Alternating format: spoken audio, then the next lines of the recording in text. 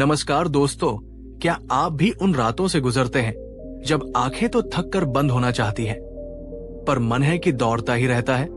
क्या आपको भी ऐसा लगता है कि नींद आपसे रूठ गई है?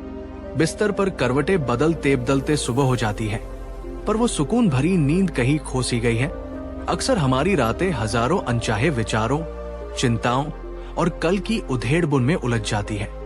हम सोना चाहते हैं, पर हमारा मन हमें सोने नहीं देता। हम शांति चाहते हैं, पर हमारा मन अशांत रहता है। तो आज इस विशेष यात्रा में मैं आपको कहीं दूर नहीं, बल्कि अपने भीतर ही उस शांति को पाने का एक मार्ग दिखाने वाला हूं। आज हम सुनेंगे भगवान गौतम बुद्ध के वो 5 अनमोल वचन, जो केवल कोरे शब्द नहीं है। ये वो कुंजियां है जो गहरी और आरामदायक नींद के दरवाजे खोल सकती है।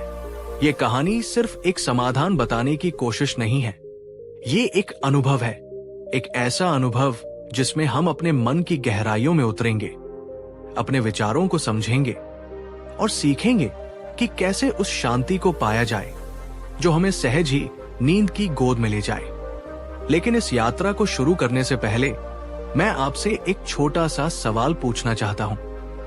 आप पूरी ईमानदारी से सोचकर बताइए, क्या आपने कभी ये महसूस किया है कि असल में वो कौन सी एक चीज है जो आपकी नींद को आपसे सबसे ज्यादा दूर ले जाती है? नीचे कमेंट बॉक्स में टाइप करके मुझे जरूर बताइए।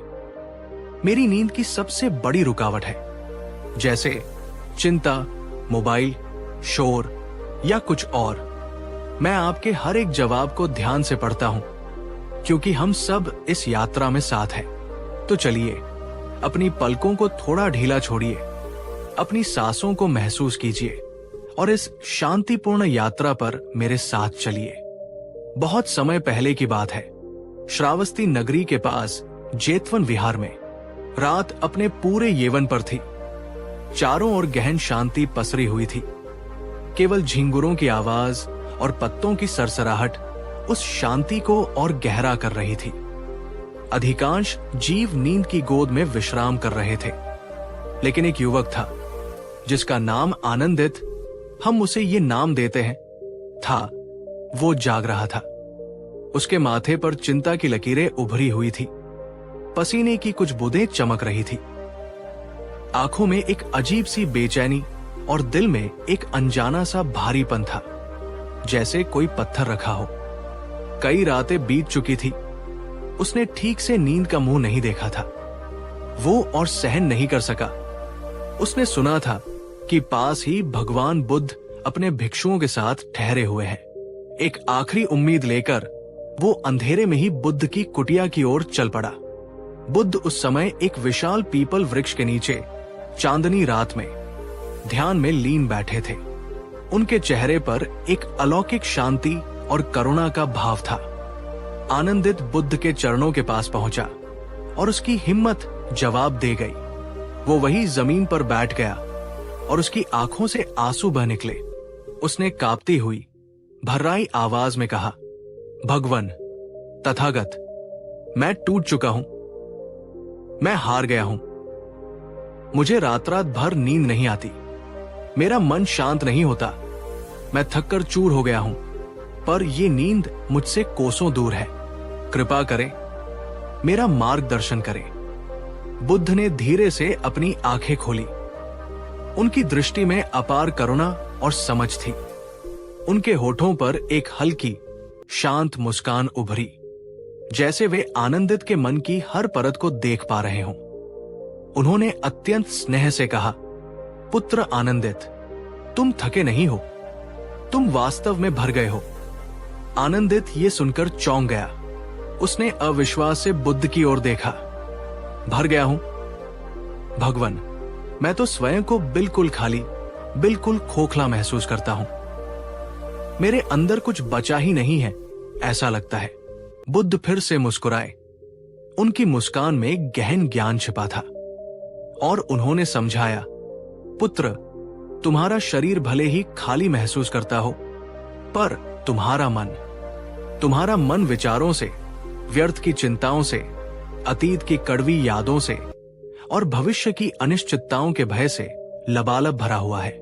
और इसी बोझ के कारण इसी कोलाहल के कारण नींद जो शांति की सहचरी है तुमसे दूर हो गई है, क्योंकि जहां इतना शोर हो वहां नींद कैसे ठहर सकती है। आनंदित निशब्द होकर बुद्ध को देखता रहा। उसे लगा जैसे किसी ने उसके मन की बात कह दी हो। फिर बुद्ध ने उसे अपने पास बैठने का इशारा किया और कहा, आज मैं तुम्हें वो 5 सूत्र, वो 5 दीपक दूंगा जो तुम्हारे मन के इस अंधकार को मिटाकर तुम्हें नींद की उस गहरी शांत घाटी तक ले जाएंगे जहां केवल विश्राम है। और तब बुद्ध ने अपने अमृत वचन कहना प्रारंभ किया। एक अतीत को अतीत में ही रहने दो, वर्तमान में जियो। जो बीत गया उसे जाने दो। बुद्ध ने अपना पहला वचन कहा, पुत्र, मनुष्य का सबसे बड़ा दुख यह है कि वो शरीर से तो वर्तमान में जीता है, पर मन से या तो बीते हुए कल में उलझा रहता है या आने वाले कल की कल्पनाओं में खोया रहता है। विशेषकर रात्रि में जब बाहरी गतिविधियां शांत हो जाती हैं, तब मन अतीत की कब्रों को खोदने लगता है। उन्होंने आगे कहा, हम उन बातों को याद करके दुखी होते हैं जो बदल नहीं सकती, उन गलतियों पर पछताते हैं जो सुधारी नहीं जा सकती, उन लोगों को याद करते हैं जो जा चुके हैं। ये अतीत का बोझ एक भारी चट्टान की तरह तुम्हारे मन पर रखा है, और जब तक ये चट्टान हटेगी नहीं, शांति और नींद का प्रवेश कैसे होगा। चिंता अक्सर कल की नहीं होती पुत्र, चिंता बीते हुए कल की उन स्मृतियों की होती है जिन्हें हम वर्तमान में ढोते रहते हैं।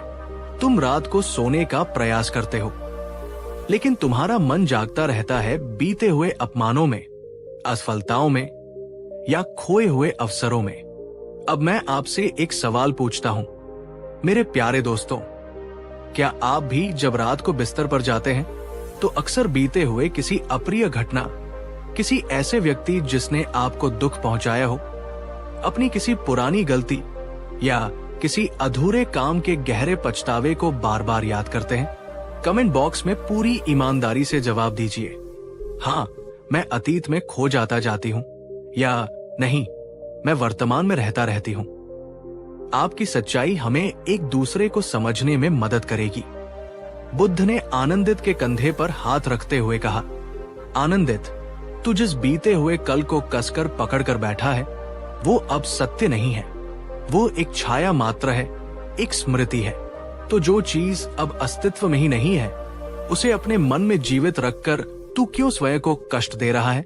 उसे जाने दे, उसे मुक्त कर दे, और जैसे ही तू उसे मुक्त करेगा तो स्वयं भी मुक्त हो जाएगा। इस वचन का प्रैक्टिकल उपाय सोने से पहले करें। जब आप रात को सोने के लिए बिस्तर पर लेटें तो अपनी आंखें कोमलता से बंद करें। 3 गहरी और धीमी सांसें लें। हर सांस छोड़ते हुए मन ही मन ये दोहराए, जो बीत गया वो मेरे नियंत्रण से बाहर है, वो अब मेरा हिस्सा नहीं है, मैं उसे प्रेम और शांति के साथ विदा करती हूं। मैं वर्तमान क्षण में सुरक्षित और मुक्त हूं। इसे कम से कम 3 से 5 बार दोहराएं। महसूस करें कि अतीत का बोझ आपके कंधों से उतर रहा है। दोस्तों, अगर आपको बुद्ध का ये पहला वचन आपके जीवन के लिए सार्थक और उपयोगी लगा हो, अगर इसने आपके मन को छुआ हो, तो इस वीडियो को अभी एक लाइक दे दीजिए। और अगर आप किसी ऐसे व्यक्ति को जानते हैं जो अक्सर अतीत की बातों में खोया रहता है और सो नहीं पाता, तो ये वीडियो उसके साथ शेयर जरूर कीजिए। आपका एक शेयर किसी की रातों को सुकून दे सकता है। 2. नींद को पकड़ने की कोशिश मत करो, नींद को आने का निमंत्रण दो। बुद्ध ने आनंदित की ओर देखकर दूसरा वचन कहा, पुत्र, नींद कोई ऐसी वस्तु नहीं है जिसे तुम बलपूर्वक पकड़ सको या खींच सको। नींद एक कोमल अतिथि की तरह है जिसे प्रेम और शांति से आमंत्रित किया जाता है। तुम जितना अधिक उसे पकड़ने की चेष्टा करोगे, वो उतनी ही दूर भागेगी। उन्होंने समझाया, जैसे तुम किसी भयभीत पक्षी को पकड़ने के लिए उसके पीछे भागोगे तो वो और दूर उड़ जाएगा, लेकिन यदि तुम शांति से बैठकर दाना डालोगे तो वो स्वयं तुम्हारे पास आएगा। ठीक इसी प्रकार नींद भी शांति और मौन की अवस्था में सहज ही आती है, जबरदस्ती या चिंता करने से नहीं। जिस तरह हम किसी सम्मानित मेहमान के आने से पहले अपने घर को साफ सुथरा और शांत बनाते हैं, ठीक उसी तरह नींद रूपी मेहमान को भी ध्यान, मौन, शारीरिक और मानसिक शांति का वातावरण देकर आमंत्रित किया जाता है, न कि विचारों के कोलाहल और बेचैनी से। जरा एक पल रुककर सोचिए मेरे मित्रों, आप दिन भर की थकान के बाद बिस्तर पर जाते हैं, लेकिन क्या आप अपने मन को भी विश्राम देते हैं? या बिस्तर पर लेटकर भी आप मोबाइल की चमकदार स्क्रीन पर आंखें गड़ाए रहते हैं, सोशल मीडिया की अंतहीन दुनिया में खोए रहते हैं, या आने वाले कल की योजनाओं में उलझे रहते हैं और फिर उम्मीद करते हैं कि नींद बस जादू से आ जाएगी? क्या ये नींद को भगाना नहीं है? बुद्ध ने गहरी दृष्टि से आनंदित को देखते हुए कहा, याद रखो, मन जब सरोवर की तरह शांत और स्थिर होता है, तब नींद उसमें चंद्रमा की तरह प्रतिबिंबित होती है। नींद तब नहीं आती जब तुम थककर चूर चूर होकर बिस्तर पर गिरते हो, बल्कि तब आती है जब तुम्हारा मन बाहरी और भीतरी उथल पुथल से मुक्त होकर विश्राम की अवस्था में होता है। इस वचन का प्रैक्टिकल उपाय सोने से पहले करें। रात को बिस्तर पर जाने के बाद आराम से लेट जाए, अपनी आंखें बंद करें। अब 5 से 7 बार बहुत गहरी और धीमी सांसें लें। हर सांस अंदर लेते हुए कल्पना करें कि आप शांति और सकारात्मक ऊर्जा अपने अंदर भर रहे हैं, और हर सांस बाहर छोड़ते हुए मन ही मन ये दोहराए, मैं शांत हूं, मेरा मन मौन है, मैं नींद को प्रेम पूर्वक आमंत्रित करती हूं। अपनी सांसों पर ध्यान केंद्रित करें। अगर विचार आए तो उन्हें देखें और जाने दें, उनसे उलझे नहीं। दोस्तों, अगर आपने आज रात ये सुंदर अभ्यास करने का निश्चय किया है और आप नींद को जबरदस्ती पकड़ने की बजाय उसे प्रेम से आमंत्रित करने के लिए तैयार हैं, तो नीचे कमेंट में लिखिए, मैं नींद को प्रेम पूर्वक आमंत्रित करूंगी। आपके इस संकल्प से आपको शक्ति मिलेगी। 3. चिंता भविष्य का बोझ है और नींद वर्तमान का उपहार। बुद्ध ने आनंदित की बेचैनी को समझते हुए अपना तीसरा वचन कहा, पुत्र आनंदित, तुम्हारी नींद इसलिए भी नहीं आती क्योंकि तुम्हारा मन अक्सर भविष्य की अनिश्चित कल्पनाओं और आशंकाओं में भटकता रहता है।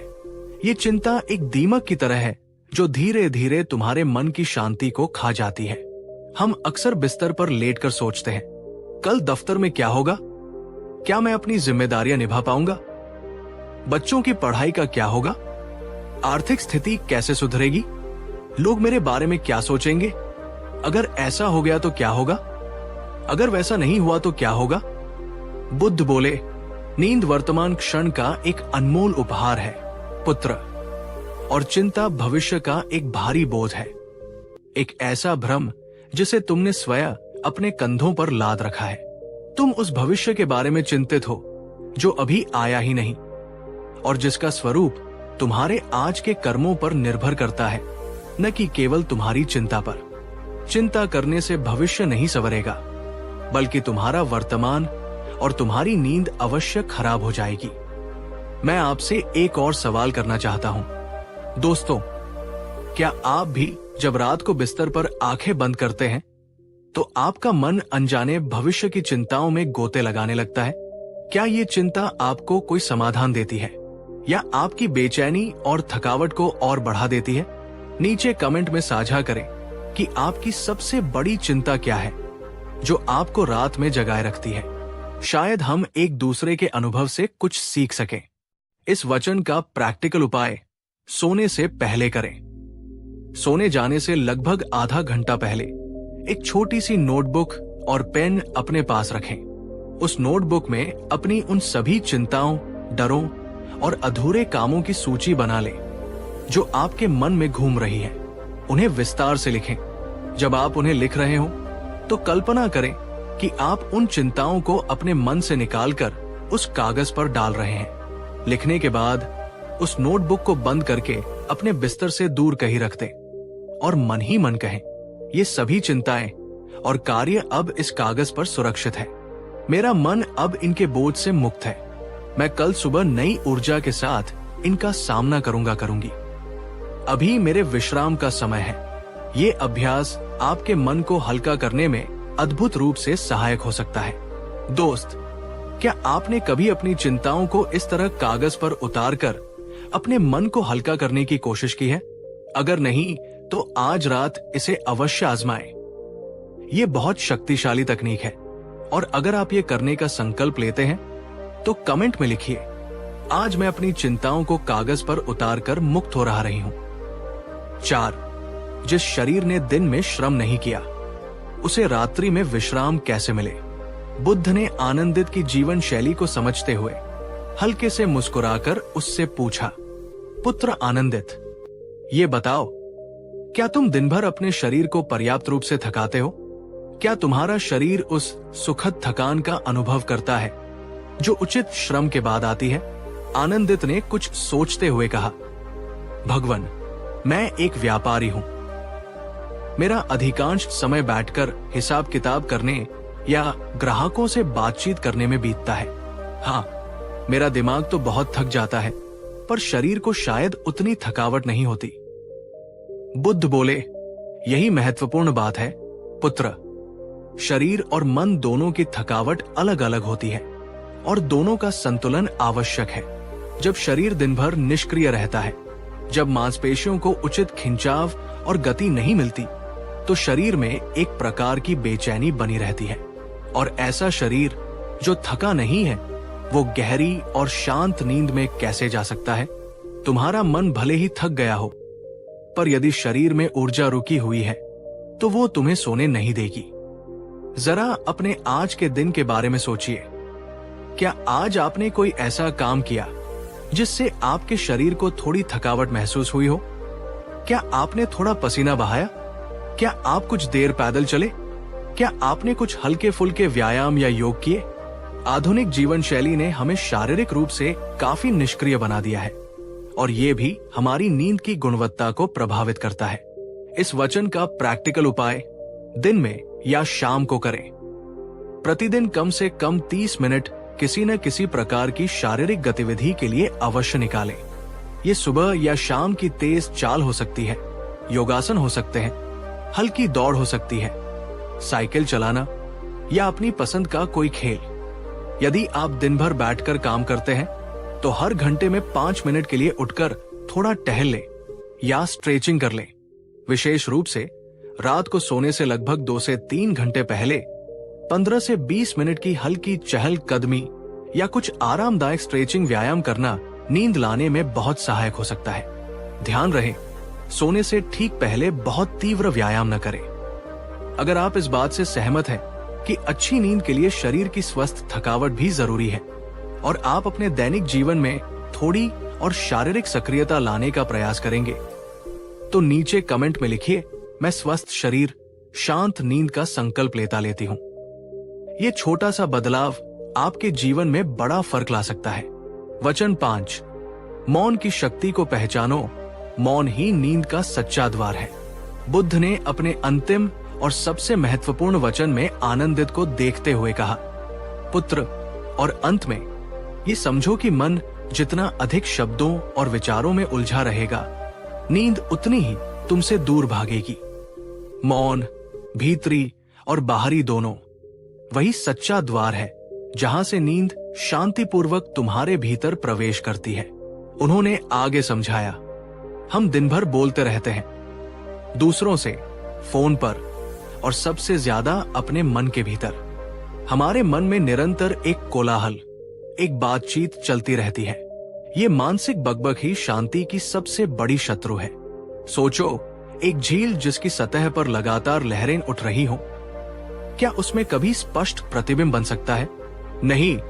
इसी प्रकार जब तक तुम्हारा मन विचारों की लहरों से अशांत रहेगा, तब तक नींद की शांति उसमें प्रवेश नहीं कर पाएगी। जैसे एक विशाल नदी जब सागर में मिलने वाली होती है, तो उसकी गति धीमी हो जाती है, वो शांत हो जाती है। वैसे ही जब तुम्हारा मन बाहरी दुनिया के शोर और अपने भीतरी विचारों के कोलाहल से शांत होने लगता है, तब जाकर नींद की गहरी धारा तुम में सहजता से उतरती है। बुद्ध के ये शब्द आनंदित के हृदय में गहरे उतर रहे थे। इस वचन का प्रैक्टिकल उपाय सोने से पहले करें। सोने जाने से कम 30 मिनट पहले सभी प्रकार के स्क्रीन, मोबाइल, टीवी, लैपटॉप को बंद कर दें। अपने कमरे में मंद रोशनी रखें। कुछ देर शांति से बैठें या लेटें। अपनी आती जाती सांसों पर ध्यान केंद्रित करें। आप चाहे तो बहुत धीमी आवाज में कोई शांत ध्यान वाला संगीत सुन सकते हैं या 5 से 10 मिनट के लिए ओम का धीमा और गहरा उच्चारण कर सकते हैं। कोशिश करें कि इस समय आप किसी से बात ना करें और अपने मन में भी कम से कम विचार आने दें। यदि विचार आते हैं तो उन्हें साक्षी भाव से देखें और जाने दें, उनसे उलझे नहीं। इस मौन को महसूस करें। अगर आप आज ही से अपने जीवन में, विशेषकर सोने से पहले, थोड़ा और मौन लाने का प्रयास करने के लिए तैयार हैं, तो नीचे कमेंट में लिखिए, मैं मौन को अपनाकर शांति और नींद को आमंत्रित करूंगी। ये मौन आपके भीतर एक अद्भुत शांति लाएगा। आनंदित बुद्ध के 5 वचनों को सुनकर स्तब्ध और शांत बैठा था। उसके मन में चल रहा कोलाहल धीरे धीरे कम होने लगा था, जैसे किसी तूफानी समुद्र की लहरें धीरे धीरे शांत हो रही हों। उसकी सांसें पहले से अधिक गहरी और लयबद्ध हो गई थी। उसके चेहरे की तनावपूर्ण मांसपेशियां ढीली पड़ गई थी। माथे पर जो चिंता की लकीरें थी, वे भी हल्की हो गई थी। और वहीं भगवान बुद्ध के चरणों के पास पीपल वृक्ष की शीतल छाया में, चांदनी रात की उस पवित्र शांति में, आनंदित कई रातों के बाद पहली बार एक शिशु की तरह गहरी सुकून भरी नींद में चला गया। बुद्ध कुछ देर तक उसे वात्सल्यपूर्ण दृष्टि से देखते रहे। फिर उन्होंने अपने पास बैठे अन्य भिक्षुओं की ओर देखकर धीमे स्वर में कहा, जब वचन केवल कानों से नहीं बल्कि हृदय की गहराई से सुने और समझे जाते हैं तो वे केवल उपदेश नहीं रहते, वे औषधि बन जाते हैं।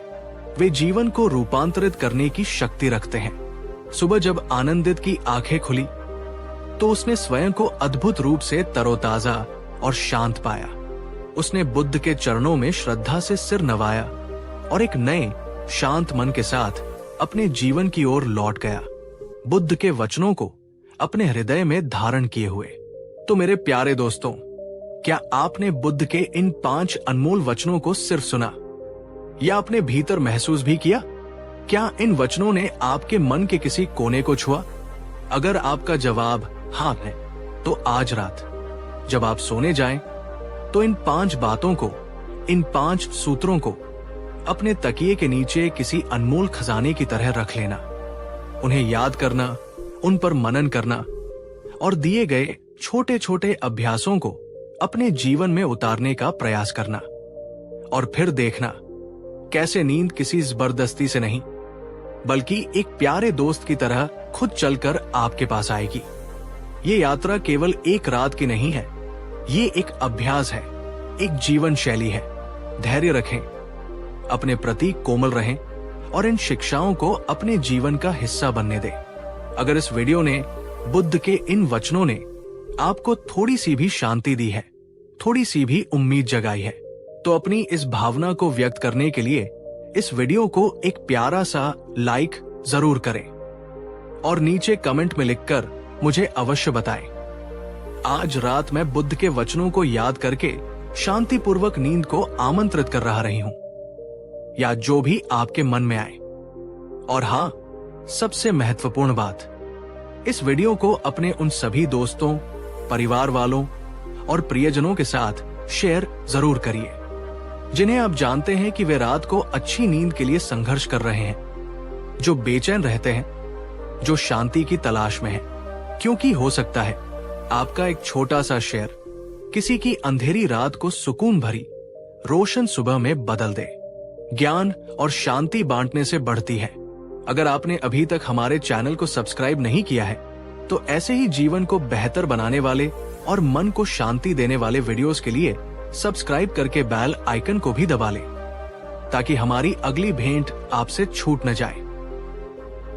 अंतिम प्रश्न जाने से पहले मैं आपसे एक और बात पूछना चाहूंगा। इन 5 वचनों के अलावा आपकी अपनी कोई ऐसी निजी तकनीक या अनुभव है जो आपको अच्छी नींद लाने में मदद करता है? कृपया नीचे कमेंट बॉक्स में खुलकर अपने विचार और अनुभव साझा करें। क्या पता आपकी बताई कोई बात किसी और के लिए रामबाण साबित हो जाए। हम सब एक दूसरे से सीखते हैं और मिलकर इस यात्रा को और सुंदर बना सकते हैं। अपनी रात को शांतिपूर्ण बनाएं, अपनी नींद को गहरा बनाएं। शुभ रात्रि, शुभ स्वप्न। अगली बार तक अपना ख्याल रखें। धन्यवाद। कहानी 2। नमस्कार दोस्तों, और एक बार फिर स्वागत है आपका हमारे इस शांति और आत्म खोज के सफर में। पिछली बार जब हमने बुद्ध के 5 वचनों के माध्यम से नींद को आमंत्रित करने की बात की, तो आप में से बहुतों ने अपने अनुभव साझा किए और बताया कि कैसे उन वचनों ने आपके जीवन में शांति का संचार किया। इसके लिए आपका हृदय से धन्यवाद। लेकिन कई मित्रों ने यह भी कहा कि बुद्ध के वचन सुनते समय तो मन शांत हो जाता है, पर दिन भर की भागदौड़, काम का दबाव और भविष्य की चिंताएं फिर से मन पर हावी हो जाती है और रात को वही बेचैनी लौट आती है। तो आज हम उस समस्या की जड़ पर प्रहार करेंगे। आज हम बात करेंगे चिंता और तनाव की, उन 2 सबसे बड़े चोरों की जो हमारी नींद और मन की शांति चुरा लेते हैं। और हम जानेंगे भगवान बुद्ध के वो 3 गहन सूत्र जो सिर्फ चिंता को दबाते नहीं, बल्कि उसे समझने और उससे मुक्त होने का मार्ग दिखाते हैं। क्योंकि याद रखिए, गहरी नींद एक शांत और चिंता मुक्त मन का स्वाभाविक परिणाम है। इस गहन चर्चा को शुरू करने से पहले मैं आपसे एक छोटा सा पर महत्वपूर्ण सवाल पूछना चाहता हूं।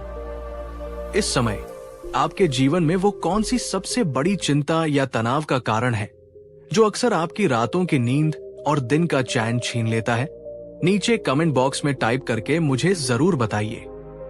मेरी सबसे बड़ी चिंता है, जैसे नौकरी, रिश्ते, स्वास्थ्य या कोई डर। आपके जवाब हमें यह समझने में मदद करेंगे कि हम किन क्षेत्रों पर और अधिक ध्यान केंद्रित कर सकते हैं। तो चलिए एक गहरी सांस लीजिए, अपने कंधों को ढीला छोड़िए और बुद्ध की कालातीत प्रज्ञा में डूबने के लिए तैयार हो जाइए। बहुत समय पहले जब बुद्ध राजगृह के वैनुवन विहार में प्रवास कर रहे थे, नगर में एक अत्यंत धनी और प्रतिभाष्ठित व्यापारी रहता था जिसका नाम था श्रेष्ठी धनपाल। धनपाल के पास सब कुछ था, धन, संपत्ति, मान सम्मान, पर उसके पास एक चीज नहीं थी, मन की शांति और रात की नींद। वो दिन रात अपने व्यापार की चिंताओं में डूबा रहता था।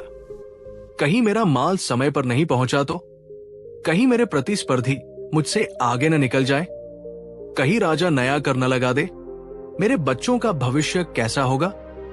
इस तरह के अनगिनत विचार उसके मन में हर समय बवंडर मचाते रहते थे। रात को बिस्तर पर जाता तो यही चिंताएं उसे घेरे रहती और वो करवटें बदलता रहता। उसकी सेहत बिगड़ने लगी थी, स्वभाव चिड़चिड़ा हो गया था। एक दिन अपने एक मित्र के कहने पर, जो बुद्ध का अनुयायी था, धनपाल बड़ी अनिच्छा से बुद्ध के दर्शन के लिए वैनुवन पहुंचा। उसे लगा कि ये सब साधु संतों की बातें उसके किसी काम की नहीं, पर वो इतना परेशान था कि हर संभव उपाय आजमाना चाहता था।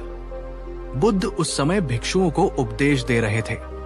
धनपाल एक कोने में जाकर बैठ गया। उपदेश समाप्त होने पर बुद्ध ने उसकी ओर देखा।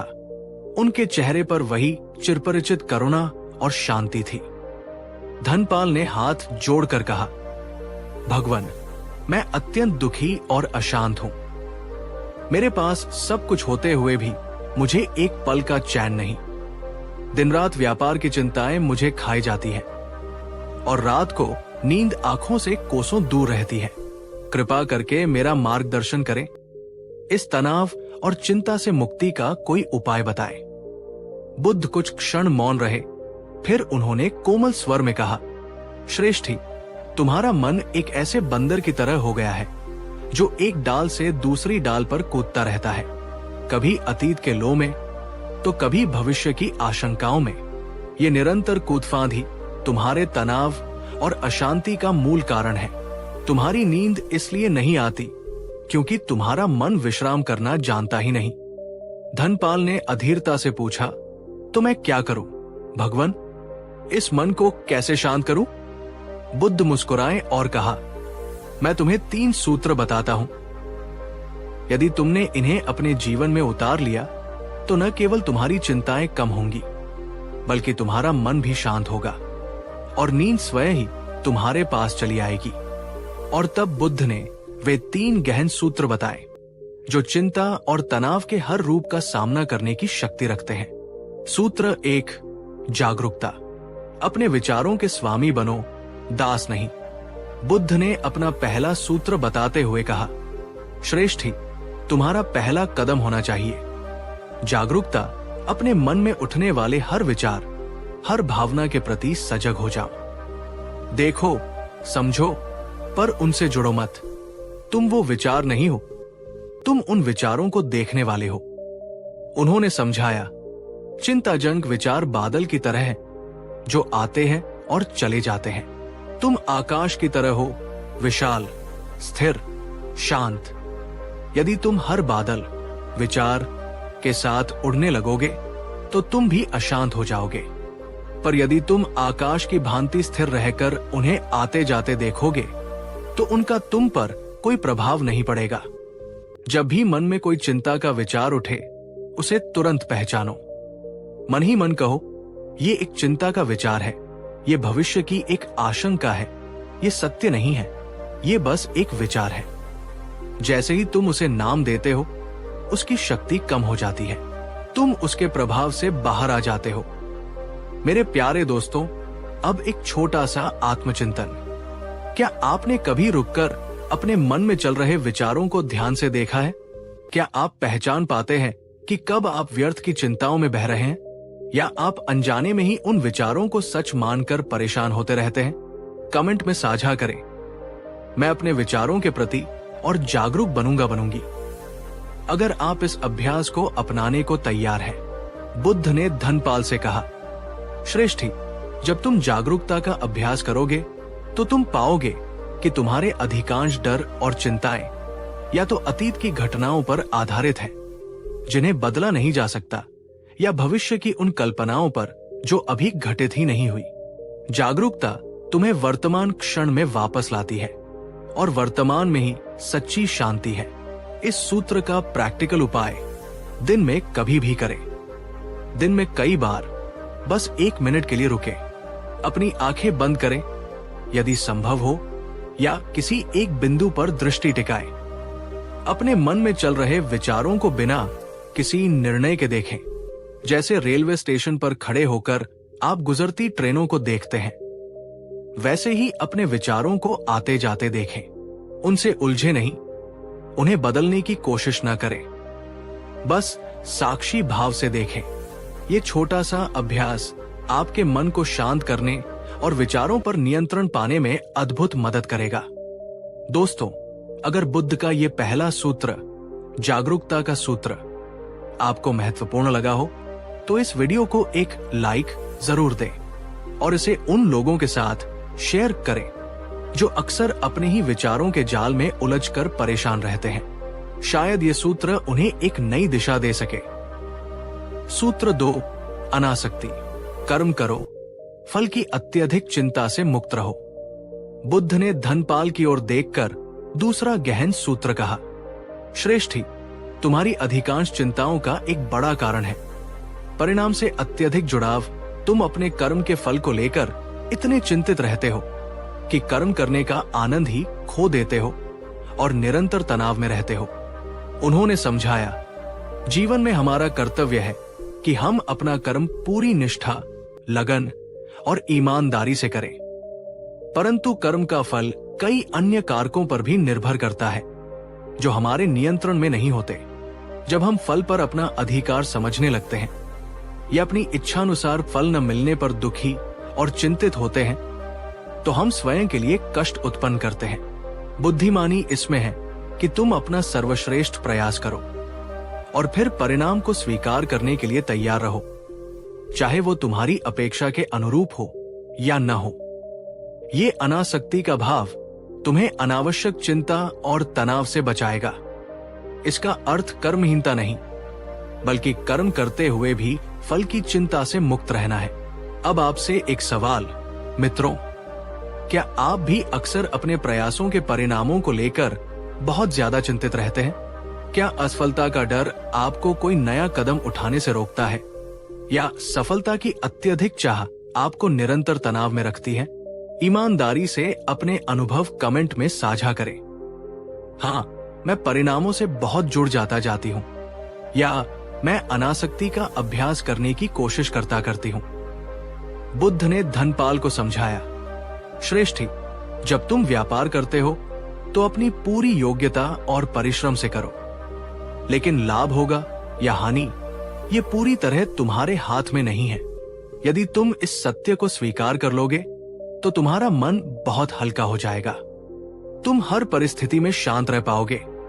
इस सूत्र का प्रैक्टिकल उपाय कार्य करते समय या निर्णय लेते समय, जब भी आप कोई महत्वपूर्ण कार्य शुरू करें या कोई निर्णय लें, तो पहले अपने मन में ये संकल्प लें, मैं अपना सर्वश्रेष्ठ प्रयास करूंगी, पूरी ईमानदारी और लगन के साथ। इसके बाद जो भी परिणाम आएगा मैं उसे स्वीकार करूंगी और उससे सीख लूंगी।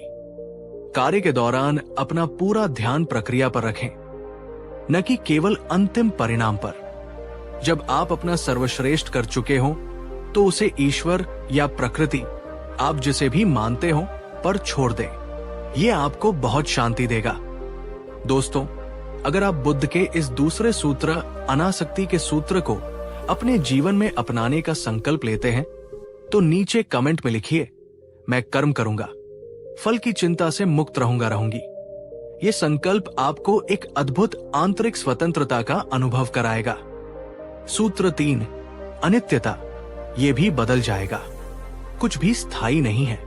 बुद्ध ने धनपाल के कंधे पर हाथ रखते हुए अत्यंत करुणा भरे स्वर में अपना तीसरा और अंतिम सूत्र कहा, श्रेष्ठी, और अंत में ये सबसे महत्वपूर्ण सत्य हमेशा याद रखो, अनित्यता। इस संसार में कुछ भी स्थायी नहीं है, न सुख न दुख, न सफलता न असफलता, न लाभ न हानि। सब कुछ परिवर्तनशील है। ये प्रकृति का नियम है। उन्होंने समझाया, जब हम इस सत्य को भूल जाते हैं और किसी बुरी परिस्थिति को या अपनी चिंता को स्थायी मान लेते हैं तो हम और अधिक दुखी होते हैं। हम सोचते हैं कि ये समस्या कभी खत्म नहीं होगी, ये तनाव हमेशा बना रहेगा। लेकिन ऐसा नहीं है। जैसे दिन के बाद रात और रात के बाद दिन आता है, वैसे ही जीवन में भी उतार चढ़ाव आते जाते रहते हैं। जब तुम्हारे जीवन में कोई बहुत बड़ी कठिनाई आए, कोई गहरी चिंता तुम्हें सताए, तो बस एक क्षण रुककर स्वयं को याद दिलाना, ये भी बदल जाएगा, ये समय भी बीत जाएगा। ये छोटा सा वाक्य तुम्हारे मन से बोझ का एक बड़ा हिस्सा हटा देगा। ये तुम्हें धैर्य और सहन शक्ति देगा। मेरे प्यारे दोस्तों, क्या आपके जीवन में कभी कोई ऐसा कठिन समय आया है जब आपको लगा हो कि सब कुछ खत्म हो गया, पर बाद में समय बदला और परिस्थितियां बेहतर हुई?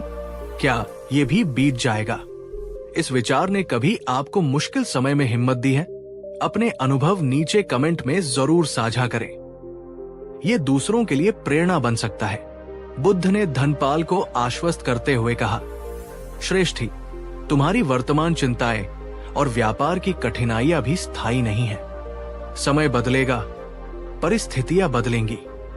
यदि तुम इस अनित्यता के सिद्धांत को अपने हृदय में धारण कर लोगे तो तुम किसी भी परिस्थिति में अपनी मानसिक शांति नहीं खोगे।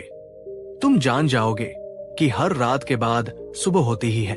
इस सूत्र का प्रैक्टिकल उपाय, जब आप चिंतित या तनावग्रस्त हो, जब भी आप किसी समस्या, चिंता या तनाव से घिरा हुआ महसूस करें, तो कुछ पल शांति से बैठें, एक गहरी सांस लें और अपने मन में या धीमे स्वर में 5 बार दोहराएं, ये परिस्थिति अनित्य है, ये भावना अनित्य है, ये भी बदल जाएगा। कल्पना करें कि आपकी चिंता एक बहती नदी की तरह है जो आपके सामने से गुजर रही है और अंततः ओझल हो जाएगी। यह आपको तात्कालिक राहत और एक व्यापक दृष्टिकोण देगा। दोस्त, अगर बुद्ध का ये तीसरा सूत्र, अनित्यता का सूत्र, आपके दिल को छू गया हो और आपको लगता है कि ये आपके जीवन में शांति ला सकता है, तो कमेंट में लिखिए, मैं अनित्यता को स्वीकार करती हूं और शांति को चुनती हूं। भाग 2, व्यापारी का रूपांतरण और सच्ची संपत्ति की खोज। श्रेष्ठी धनपाल बुद्ध के इन 3 सूत्रों को सुनकर मौन हो गया। उसे लगा जैसे किसी ने उसके मन पर रखा भारी बोझ हटा दिया हो। उसने बुद्ध को धन्यवाद दिया और एक नए संकल्प के साथ अपने घर लौटा। उसने बुद्ध के बताए अभ्यासों को अपने दैनिक जीवन में उतारना शुरू किया। जब भी व्यापार में कोई चिंताजनक विचार आता, वो जागरूक होकर उसे पहचानता और कहता, ये सिर्फ एक विचार है। वो अपना काम पूरी लगन से करता, पर परिणाम की अनासक्ति का भाव रखता। लाभ होता तो प्रसन्न होता, पर अहंकार नहीं करता। हानि होती तो थोड़ा दुख होता, पर निराश होकर बैठ नहीं जाता, बल्कि उससे सीख लेता। और जब भी कोई बड़ी कठिनाई आती, वो स्वयं को याद दिलाता, ये भी बदल जाएगा। धीरे धीरे उसके जीवन में एक अद्भुत परिवर्तन आने लगा। उसकी चिंताएं पूरी तरह गायब तो नहीं हुई, क्योंकि जीवन में चुनौतियां तो आती ही रहती हैं, पर अब वे उस पर हावी नहीं होती थी। उसका मन पहले से कहीं अधिक शांत और स्थिर रहने लगा था। और सबसे बड़ा चमत्कार ये हुआ कि उसे रात को गहरी और सुकून भरी नींद आने लगी। सुबह वह तरोताजा होकर उठता था। उसका स्वास्थ्य सुधरने लगा, स्वभाव में मधुरता आ गई और उसके रिश्तों में भी सुधार हुआ। उसने महसूस किया कि सच्ची संपत्ति धन दौलत नहीं, बल्कि मन की शांति और संतोष है। बुद्ध के वचन उसके लिए केवल शब्द नहीं, बल्कि जीवन जीने की कला बन गए थे। तो मेरे प्यारे दोस्तों, आज हमने बुद्ध के उन 3 शक्तिशाली सूत्रों को जाना, जो हमें चिंता और तनाव से मुक्त करके एक शांत और संतुलित जीवन जीने की प्रेरणा देते हैं। जागरूकता, अपने विचारों के साक्षी बने। अनासक्ति, कर्म करें, फल की अत्यधिक चिंता से मुक्त रहें। अनित्यता, समझे कि कुछ भी स्थायी नहीं, ये भी बदल जाएगा। ये केवल सुनने में सरल लग सकते हैं, पर जब हम इन्हें अपने जीवन में निष्ठापूर्वक उतारते हैं, तो ये हमारे अनुभव को रूपांतरित करने की क्षमता रखते हैं। और याद रखिए, जब आपका मन चिंता और तनाव से मुक्त होगा, तो गहरी और रिस्टोरेटिव नींद स्वाभाविक रूप से आपकी साथी बन जाएगी। ये यात्रा एक सतत अभ्यास की यात्रा है। अपने प्रति धैर्यवान रहें, छोटे छोटे कदम उठाएं और बुद्ध की इन शिक्षाओं को अपने जीवन का प्रकाश स्तंभ बनने दें। अगर बुद्ध के इन 3 सूत्रों ने आपके हृदय को छुआ है, अगर आपको लगता है कि ये आपके या किसी और के जीवन में सकारात्मक बदलाव ला सकते हैं, तो इस वीडियो को एक दिल से लाइक अवश्य करें और नीचे कमेंट में मुझे ये जरूर बताएं।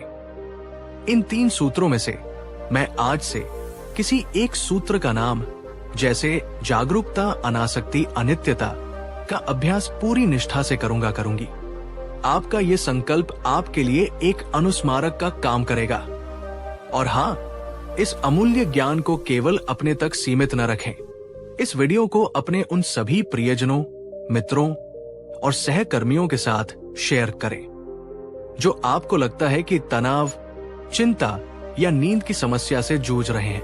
आपका एक शेयर किसी के जीवन में आशा की किरण जगा सकता है, किसी की रातों को सुकून दे सकता है। आइए मिलकर इस सकारात्मकता को फैलाएं।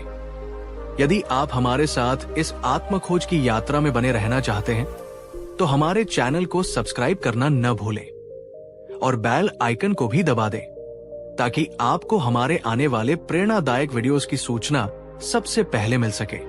जाने से पहले मैं आपसे एक और गहरा प्रश्न पूछना चाहता हूं। बुद्ध के इन 3 सूत्रों, जागरूकता, अनासक्ति और अनित्यता में से कौन सा सूत्र आपको अपने वर्तमान जीवन की चुनौतियों का सामना करने के लिए सबसे अधिक प्रासंगिक और शक्तिशाली लगता है, और क्यों? अपने विचार नीचे कमेंट बॉक्स में विस्तार से साझा करें।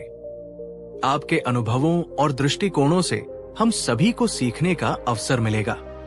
आपका मन शांत हो, आपकी चिंताएं दूर हों और आपकी नींद गहरी हो। अपना और अपने आसपास के लोगों का ख्याल रखें।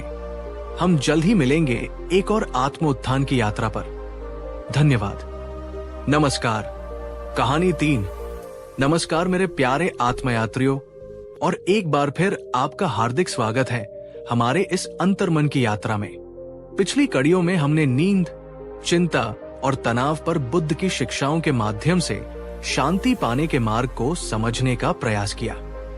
आपके स्नेह और प्रतिक्रियाओं ने मुझे ये विश्वास दिलाया कि हम सही दिशा में आगे बढ़ रहे हैं, लेकिन कई बार हमारी नींद और शांति का अपहरण केवल भविष्य की चिंता या अतीत का बोझ ही नहीं करता।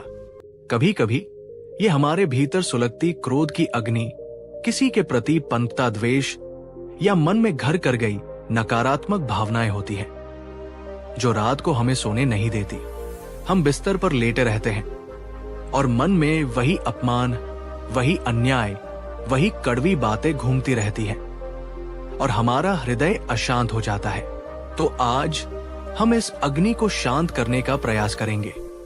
आज हम जानेंगे भगवान बुद्ध के वो 3 अचूक वचन जो हमें सिखाएंगे कि कैसे क्रोध, द्वेष और नकारात्मकता के इस चक्र से बाहर निकलकर अपने भीतर सच्ची शांति और करुणा का अनुभव किया जाए, ताकि नींद हमें एक थके हुए बच्चे की तरह अपनी गोद में सुला सके। क्योंकि याद रखिए, जिस मन में क्षमा और प्रेम का वास होता है, वही सच्ची शांति और गहरी नींद का आगमन होता है। इस महत्वपूर्ण चर्चा को आरंभ करने से पहले मैं आपसे एक व्यक्तिगत प्रश्न पूछना चाहता हूं और चाहूंगा कि आप पूरी ईमानदारी से इसका उत्तर दें। क्या कभी ऐसा हुआ है कि किसी व्यक्ति के प्रति क्रोध या किसी अप्रिय घटना की वजह से आपकी रातों की नींद उड़ गई हो और आप चाहकर भी उस भावना से बाहर न निकल पाए हो? नीचे कमेंट बॉक्स में बस हाँ या नहीं में उत्तर दें। यदि आप सहज महसूस करें तो ये भी बता सकते हैं कि ऐसी भावनाओं से उबरने में आपको क्या मदद करता है। तो आइए अपने हृदय के द्वार खोलिए और बुद्ध की अमृतवाणी में स्नान करने के लिए तैयार हो जाइए। 1। जब क्रोध से जलता एक योद्धा बुद्ध की शरण में पहुंचा। बहुत समय पहले की बात है, जब बुद्ध कौशाम्बी में घोषितराम विहार में निवास कर रहे थे। उस नगर में एक अत्यंत पराक्रमी और प्रसिद्ध योद्धा रहता था, जिसका नाम था वीरभद्र। वीरभद्र ने अनेक युद्ध लड़े थे और अपने शत्रुओं को परास्त किया था, पर उसका सबसे बड़ा शत्रु स्वयं उसका क्रोध था। एक युद्ध में उसके एक प्रिय मित्र की धोखे से हत्या कर दी गई थी। उस दिन से वीरभद्र के मन में प्रतिशोध की ज्वाला धधक रही थी। वह दिन रात अपने शत्रु को खोजता और उसे दंड देने की योजनाएं बनाता रहता। क्रोध और घृणा ने उसके मन को इतना विषाक्त कर दिया था कि उसे न दिन में चैन मिलता था, न रात को नींद आती थी। जब भी वो आंखें बंद करता, उसे अपने मित्र का रक्तरंजित चेहरा और शत्रु का हंसता हुआ मुख दिखाई देता। उसकी पत्नी और मित्र उससे चिंतित थे। उन्होंने उसे कई बार समझाया कि प्रतिशोध से प्रतिशोध ही बढ़ता है, शांति नहीं मिलती, पर वीरभद्र किसी की सुनने को तैयार नहीं था। एक दिन उसकी पत्नी ने उसे बुद्ध के पास जाने का आग्रह किया। वीरभद्र पहले तो आनाकानी करता रहा, मैं योद्धा हूं, मुझे इन साधु संतों से क्या लेना देना। पर पत्नी के निरंतर आग्रह और अपनी आंतरिक अशांति से त्रस्त होकर वो अनिच्छा से बुद्ध के पास पहुंचा। बुद्ध उस समय अपने भिक्षुओं को मैत्री और करुणा का उपदेश दे रहे थे। वीरभद्र एक कोने में खड़ा होकर उन्हें सुनता रहा। उसके भीतर एक द्वंद्व चल रहा था। एक ओर बुद्ध के शांतिपूर्ण शब्द, दूसरी ओर उसके मन में जलती प्रतिशोध की अग्नि। उपदेश समाप्त होने पर बुद्ध ने वीरभद्र को अपने पास बुलाया, जैसे वे उसके मन की व्यथा को पढ़ चुके हों। वीरभद्र ने हाथ जोड़कर कांपते स्वर में कहा, भगवन, मेरा मन क्रोध और घृणा से जल रहा है। मैं अपने शत्रु से प्रतिशोध लेना चाहता हूं, पर ये आग मुझे ही भस्म किए जा रही है। मुझे रात को नींद नहीं आती, दिन में चैन नहीं मिलता। क्या इस पीड़ा से मुक्ति का कोई मार्ग है? बुद्ध ने अत्यंत करुणा और शांति से वीरभद्र की ओर देखा और कहा, योद्धा, क्रोध एक जलते हुए कोयले की तरह है जिसे तुम किसी और पर फेंकने के लिए अपने हाथ में पकड़े रहते हो, पर वो सबसे पहले तुम्हें ही जलाता है। घृणा एक ऐसा विष है जिसे तुम दूसरों के लिए बनाते हो पर पीते स्वयं हो। वीरभद्र अवाक रह गया। बुद्ध के शब्दों में इतनी सच्चाई थी कि वे सीधे उसके हृदय को भेद गए। उसने पूछा, तो भगवन, इस क्रोध और घृणा की अग्नि को कैसे शांत किया जाए? इस विष से कैसे मुक्ति पाई जाए? बुद्ध मुस्कुराए। उनकी मुस्कान में गहन ज्ञान और असीम करुणा थी। मैं तुम्हें 3 अमृत वचन बताता हूं।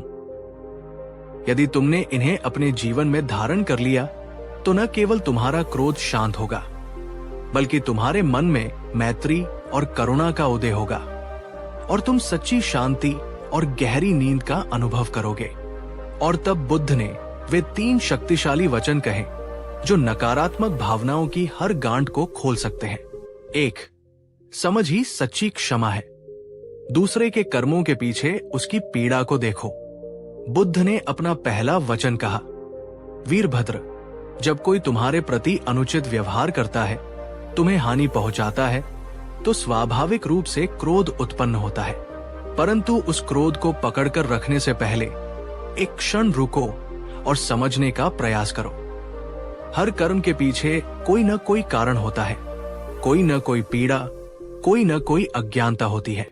उन्होंने समझाया, जो व्यक्ति तुम्हें कष्ट दे रहा है, संभव है कि वो स्वयं किसी गहरे कष्ट, भय, असुरक्षा या अज्ञान से पीड़ित हो।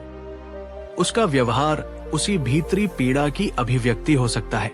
जैसे एक घायल पशु आत्मरक्षा में आक्रमण करता है, वैसे ही कई बार लोग अपनी भीतरी पीड़ा के कारण दूसरों को चोट पहुंचाते हैं। जब तुम दूसरे व्यक्ति के कर्मों के पीछे उसकी संभावित पीड़ा या अज्ञान को देखने का प्रयास करते हो, तो तुम्हारे मन में क्रोध के स्थान पर करुणा या कम से कम सहानुभूति का भाव जागृत हो सकता है। और जहां समझ और सहानुभूति है, वहां क्षमा करना सहज हो जाता है। मेरे प्यारे मित्रों, ये थोड़ा कठिन लग सकता है, पर एक पल के लिए सोचिए, क्या आपने कभी किसी ऐसे व्यक्ति के व्यवहार को समझने की कोशिश की है जिसने आपको दुख पहुंचाया हो? क्या यह संभव है कि उसके अपने कुछ कारण रहे हों जिन्हें आप नहीं जानते? कमेंट में अपने विचार साझा करें। हाँ, मैं समझने की कोशिश करूंगी, या ये कठिन है पर मैं प्रयास करूंगी। आपके प्रयास सराहनीय है। बुद्ध ने वीरभद्र से कहा, वीरभद्र, तुम्हारे शत्रु ने जो किया वो निश्चय ही गलत था, परंतु यदि तुम उसके कृत्य के पीछे छिपी उसकी अज्ञानता या उसके अपने दुखों को देख पाओ, तो शायद तुम्हारा क्रोध कुछ कम हो सके। क्षमा दूसरों को दिया गया उपहार नहीं, बल्कि स्वयं को दी गई शांति है। जब तुम क्षमा करते हो तो तुम उस बोझ से मुक्त हो जाते हो जो तुम्हें सोने नहीं दे रहा। इस वचन का प्रैक्टिकल, जब भी आप किसी व्यक्ति के व्यवहार से क्रोधित या आहत महसूस करें, तो अकेले में कुछ क्षण बैठें, अपनी आंखें बंद करें और उस व्यक्ति की कल्पना करें। अब उसके प्रति क्रोध महसूस करने के बजाय ये सोचने का प्रयास करें कि कौन सी परिस्थितियां, कौन सी पीड़ा या कौन सी अज्ञानता उसे ऐसा व्यवहार करने के लिए प्रेरित कर रही होगी। मन ही मन कहें, मैं तुम्हारे कर्मों को स्वीकार नहीं करता, पर मैं तुम्हारी पीड़ा या अज्ञान को समझने का प्रयास करती हूं। मैं तुम्हें अपने मन से मुक्त करती हूं ताकि मैं स्वयं शांत रह सकूं। ये अभ्यास तुरंत चमत्कार नहीं करेगा, पर धीरे धीरे ये आपके हृदय को कोमल बनाएगा। दोस्तों, अगर बुद्ध का ये पहला वचन समझ और क्षमा का वचन आपको गहराई से छू गया हो, तो इस वीडियो को एक लाइक जरूर करें और इसे उन लोगों के साथ शेयर करें जो किसी पुरानी कड़वाहट या गुस्से को मन में दबाए बैठे हैं। शायद ये उन्हें शांति की ओर एक कदम बढ़ाने में मदद करे। 2. मैत्री भावना। अपने हृदय को प्रेम और करुणा से सींचो, घृणा से नहीं। बुद्ध ने वीरभद्र की ओर देखकर दूसरा गहन वचन कहा, वीरभद्र, जिस प्रकार अंधकार को अंधकार से नहीं मिटाया जा सकता, उसे केवल प्रकाश से ही मिटाया जा सकता है, उसी प्रकार घृणा को घृणा से नहीं, केवल प्रेम और मैत्री से ही जीता जा सकता है। तुम्हारे मन में जो घृणा की अग्नि जल रही है, उसे बुझाने के लिए तुम्हें अपने हृदय में मैत्री और करुणा के जल को सींचना होगा। उन्होंने समझाया, मैत्री भावना का अभ्यास करो। सबसे पहले अपने लिए शुभ कामना करो। मैं सुखी रहूं, मैं स्वस्थ रहूं, मैं सुरक्षित रहूं, मैं शांत रहूं। जब तुम्हारा अपना हृदय प्रेम से भर जाएगा, तब तुम इसे दूसरों तक फैला सकोगे। फिर अपने प्रियजनों के लिए, फिर उन लोगों के लिए जिनके प्रति तुम तटस्थ हो, फिर धीरे धीरे उन लोगों के लिए भी जिनके प्रति तुम्हारे मन में थोड़ी नाराजगी है, और अंततः अपने शत्रुओं और समस्त प्राणियों के लिए भी यही शुभ कामना करो। ये सुनने में कठिन लग सकता है, विशेषकर शत्रुओं के लिए शुभ कामना करना, परंतु ये अभ्यास तुम्हारे अपने मन को शुद्ध करने के लिए है। जब तुम सबके प्रति मैत्री भाव रखते हो, तो तुम्हारे भीतर क्रोध और द्वेष के लिए कोई स्थान नहीं बचता। तुम्हारा हृदय विशाल और करुणामय हो जाता है। ये एक शक्तिशाली अभ्यास है। मित्रों, क्या आप अपने उन लोगों के लिए भी शुभ कामना करने को तैयार हैं, जिन्होंने कभी आपको कष्ट पहुंचाया हो? केवल अपने मन की शांति के लिए कमेंट में लिखें, मैं मैत्री भावना का अभ्यास करूंगी। अगर आप इस चुनौती को स्वीकार करने को तैयार हैं।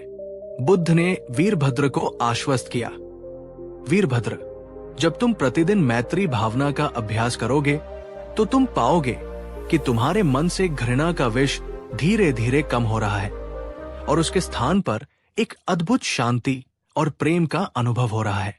ये प्रेम तुम्हें भीतर से शक्तिशाली बनाएगा। प्रतिशोध की भावना तुम्हें कमजोर करती है। इस वचन का प्रैक्टिकल उपाय: प्रतिदिन, विशेषकर सोने से पहले, प्रतिदिन 10 से 15 मिनट शांति से बैठें। पहले स्वयं के लिए दोहराएं, मैं सुखी रहूं, मैं स्वस्थ रहूं, मैं सुरक्षित रहूं, मैं शांत रहूं। इसे गहराई से महसूस करें। फिर अपने प्रियजनों, परिवार, मित्र की कल्पना करें और उनके लिए दोहराएं, वे सुखी रहें, वे स्वस्थ रहें, वे सुरक्षित रहें, वे शांत रहें। फिर उन लोगों की कल्पना करें जिनके प्रति आप तटस्थ हैं, पड़ोसी, सहकर्मी जिनसे अधिक जान पहचान नहीं, और उनके लिए दोहराएं।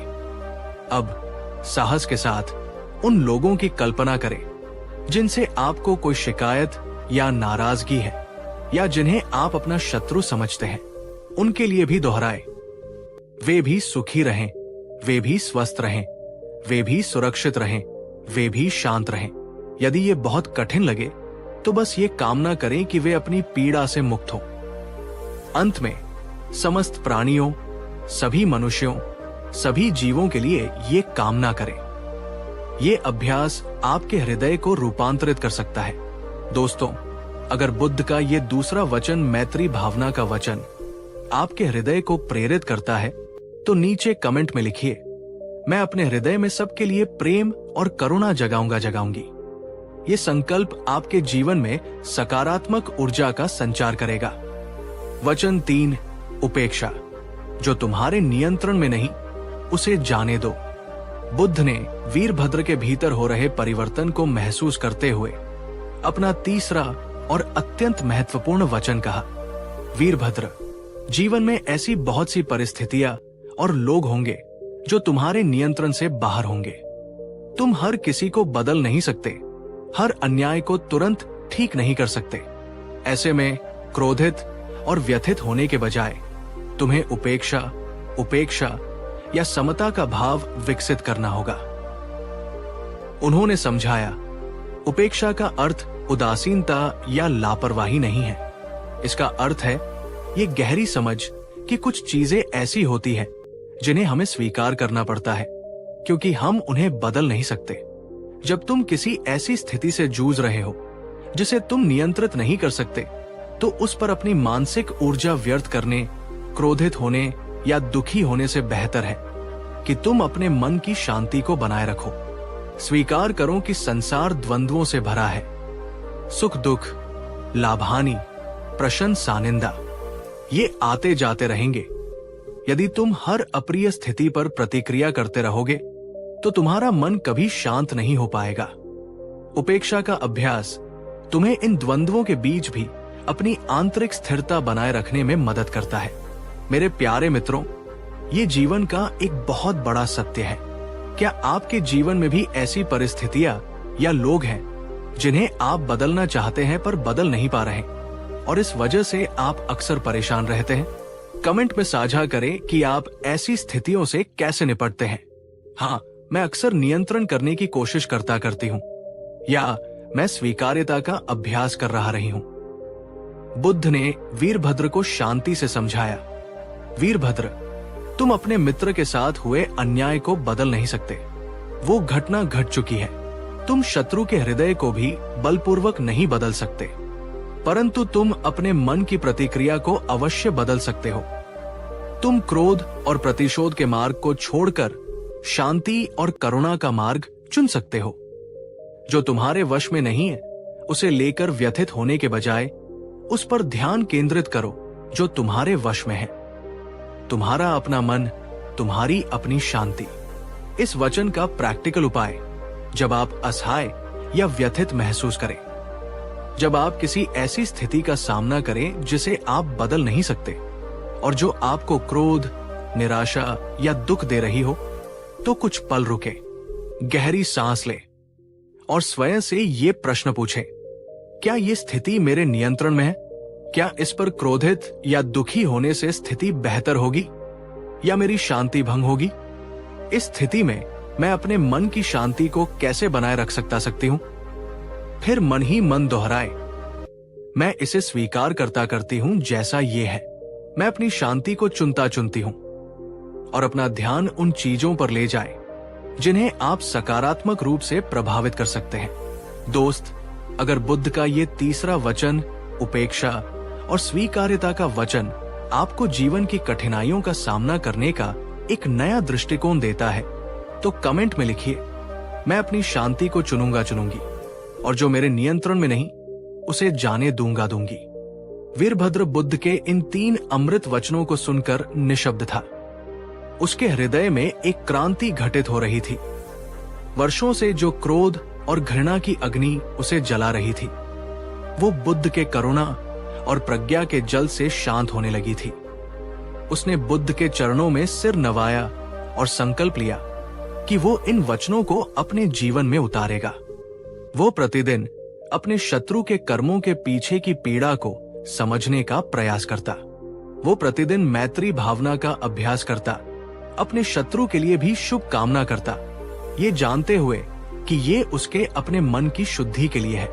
और जब भी प्रतिशोध का विचार उठता, वो उपेक्षा का भाव लाता, ये समझते हुए कि वो अतीत को नहीं बदल सकता, पर अपने वर्तमान और भविष्य को शांतिपूर्ण बना सकता है।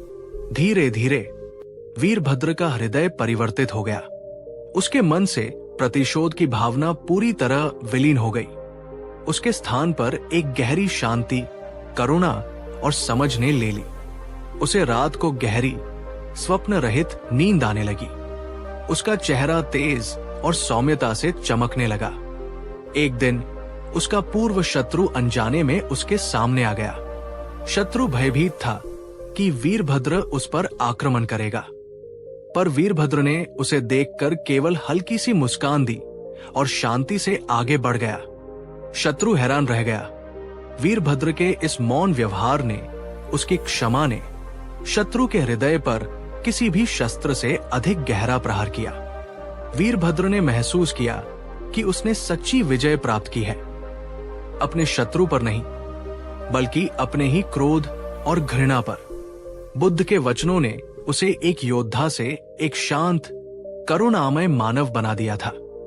तो मेरे प्यारे दोस्तों, आज हमने बुद्ध के उन 3 शक्तिशाली वचनों को आत्मसात किया, जो हमें क्रोध, द्वेष और नकारात्मक भावनाओं की अग्नि से निकालकर शांति और करुणा के शीतल सरोवर तक ले जा सकते हैं। समझ ही सच्ची क्षमा है। दूसरों के कर्मों के पीछे उनकी पीड़ा को देखें। मैत्री भावना, अपने हृदय को सबके लिए प्रेम और करुणा से सींचे। उपेक्षा, जो आपके नियंत्रण में नहीं, उसे स्वीकार करके अपनी शांति को चुने। ये वचन केवल सुनने के लिए नहीं है, ये जीवन में उतारने के लिए है। जब हम इन नकारात्मक भावनाओं से अपने मन को मुक्त करते हैं, तो न केवल हमारी आत्मा को शांति मिलती है, बल्कि हमारा शरीर भी स्वस्थ होता है और नींद एक स्वाभाविक उपहार की तरह हमारे पास आती है। क्रोध को पकड़कर रखना गर्म कोयले को पकड़कर रखने जैसा है, जो अंततः हमें ही जलाता है। क्षमा करना उस कोयले को फेंक देना है और अपने हाथों और अपने हृदय को मुक्त करना है। अगर बुद्ध के इन 3 वचनों ने आपके मन को छुआ है, अगर उन्होंने आपके भीतर आशा और शांति की एक किरण जगाई है, तो कृपया इस वीडियो को एक सच्चा लाइक दे जो आपके हृदय से निकले, और नीचे कमेंट में मुझे ये जरूर बताएं। आज से मैं किसी एक वचन का नाम, जैसे क्षमा, मैत्री, उपेक्षा, को अपने जीवन में और अधिक गहराई से उतारने का संकल्प लेती हूं। आपका ये संकल्प आपके लिए एक मार्गदर्शक बनेगा। और कृपया इस अमृत को अपने तक ही सीमित न रखें। इस वीडियो को उन सभी लोगों के साथ शेयर करें जिन्हें आप जानते हैं कि वे किसी पुरानी कड़वाहट, गुस्से या नकारात्मकता के बोझ तले दबे हुए हैं और जिन्हें शांति की तलाश है। आपका एक शेयर किसी के जीवन में बड़ा परिवर्तन ला सकता है, किसी के अशांत मन को शांत कर सकता है। आइए हम सब मिलकर इस दुनिया को थोड़ा और करुणामय और शांतिपूर्ण बनाएं। अगर आप हमारे साथ इस आत्म रूपांतरण की यात्रा पर आगे भी चलना चाहते हैं, तो हमारे चैनल को सब्सक्राइब करके बेल आइकन को दबाना न भूलें, ताकि आप हमारी कोई भी प्रेरणादायक प्रस्तुति चूक न जाए। जाने से पहले मैं आपसे एक और महत्वपूर्ण प्रश्न पूछना चाहता हूं, जिस पर आप शांति से विचार कर सकें। आपके जीवन में क्रोध या घृणा को छोड़कर क्षमा और मैत्री को अपनाने का सबसे बड़ा लाभ क्या हो सकता है? वो कौन सी एक चीज है जो आप हासिल करेंगे या जिससे आप मुक्त होंगे यदि आप इन नकारात्मक भावनाओं को जाने दें? अपने गहन विचार और अनुभव नीचे कमेंट बॉक्स में साझा करें। आपके अंतर्दृष्टिपूर्ण उत्तर हम सभी के लिए प्रेरणा का स्रोत बन सकते हैं। आपके हृदय में शांति का वास हो, आपके मन से सभी नकारात्मकताएं दूर हो और आपकी हर रात सुकून भरी नींद से परिपूर्ण हो। अपना और अपने आसपास हर जीव का ध्यान रखें।